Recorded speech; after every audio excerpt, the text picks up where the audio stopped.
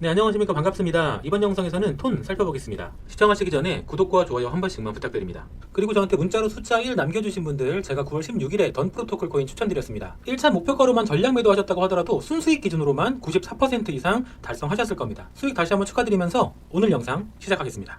현재 암호화폐 시장은 대부분의 알트코인들이 대장인 비트코인과 몇몇의 메이저 코인들을 그대로 따라서 움직이는 현상이 강하기 때문에 암호화폐 시장의 전체적인 시황을 먼저 읽어야 하는데요. 이번 9월 FOMC는 예상했던 대로 금리 동결로 결과가 나왔습니다. 제롬 파월 연준 의장이 이런저런 이야기들을 많이 했는데 정리해보면 결국 인플레이션 때문에 못 올렸고 안정화되면 올릴 거다. 이게 핵심 내용입니다. 결국 올려야 된다는 겁니다. 한국은행에서도 올해 안에 금리가 인상될 것으로 보고 있는 현재 상황에서 시장에서는 점진적으로라도 인상은 이루어질 것이라는 예측이 많습니다. 그렇게 된다고 하면 암호화폐 시장이 어느 정도일지는 모르지만 한 번은 조정이 올 수밖에 없다. 다만 그 조정폭이 얼마나 될 것이고 거기에 따른 대처는 어떻게 하는 것이 좋은가 라는 문제가 남게 됩니다. 그런데 여기에 한 가지 변수가 있는데요. 너무 잘 아시겠지만 미국 대선이 현재 얼마 남지 않았습니다.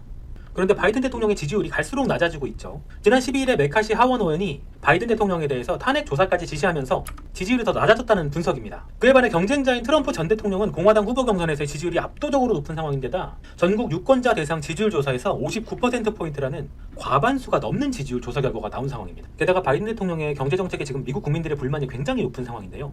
이런 시점에 금리까지 인상한다? 바이든 대통령이 재선을 노린다고 한다면 이 상황만큼은 어떻게든 피하고 싶을 것이기 때문에 바이든 정부에서는 어떻게든 금리 동결 쪽으로 압박을 할 수밖에 없다라는 것입니다. 이런 상황에 골드만삭스에서도 11월 금리 인상에 대한 가능성을 낮게 본다는 전망을 내놓았습니다. 그리고 시장에 몇 가지 변수가 있었는데요. 그 중에 한 가지 변수로 작용하고 있었던 FTX 자산 매각 신청권이 있었습니다. 한때 코인뿐 아니라 뉴욕 증시에까지 영향을 줄 상황으로 긴장을 했었는데요. FTX 재가동을 위한 입찰이 순조롭게 진행이 되고 있다는 발표가 있었고 다행히 예상했던 것보다는 시장에 큰 혼란은 없었습니다. 그리고 또 한 가지로 마찬가지 변수였던 중국 부동산 개발업체 비구이유안의 파산 위기 사태도 있었는데요. 무디스에서는 중국 비구이유안 신용등급을 디폴트 수준까지 강등하기도 했습니다. 하지만 회사채 상환기간을 2026년까지 확보를 하면서 다시 비구이유안의 숨통이 트인 상황이고요. 이러한 부분들이 완전히 해소된 것은 아니라고 할지라도 굉장히 큰 악재가 될 수 있었던 부분을 원만하게 잠재우고 있는 상황이라서 오히려 시장에는 준 호재로 작용할 것이라는 예측이 많습니다. 당연히 앞으로도 지켜보아야 하고 해결해 나가야 할 부분들도 분명히 있겠지만 어느 정도 원만하게만 마무리가 되어준다고 한다면 오히려 시장에는 준 호재로 작용할 수도 있다는 것이 전문가들의 예측입니다.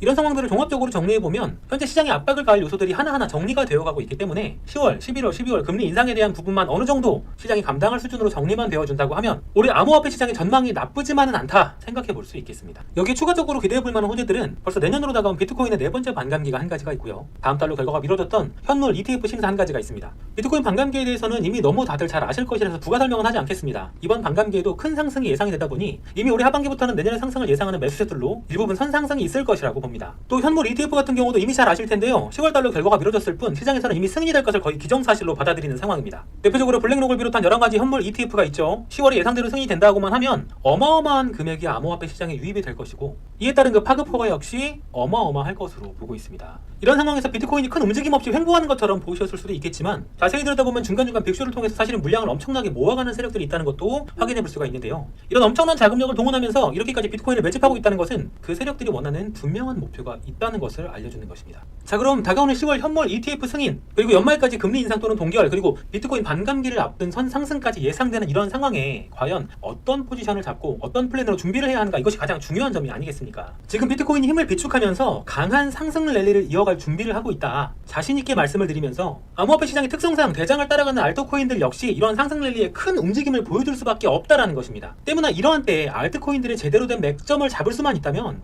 그동안 잃어버리셨던 금액들은 지난날에 꿈처럼 아득해질 만큼 그야말로 엄청난 수익을 잡을 기회가 왔다는 것입니다. 그래서 제가 구독자 여러분들을 위해서 코인을 언제 사서 언제 팔아야 하는지 매수 맥점들을 잡아드리고요. 또 향후 방향성과 매매 전략을 정리한 것을 무료로 공유해드리겠습니다. 대신 이러한 정보들은 철저하게 우리 구독자님들만 가져가시고 절대로 외부로는 공유 자제 부탁드립니다.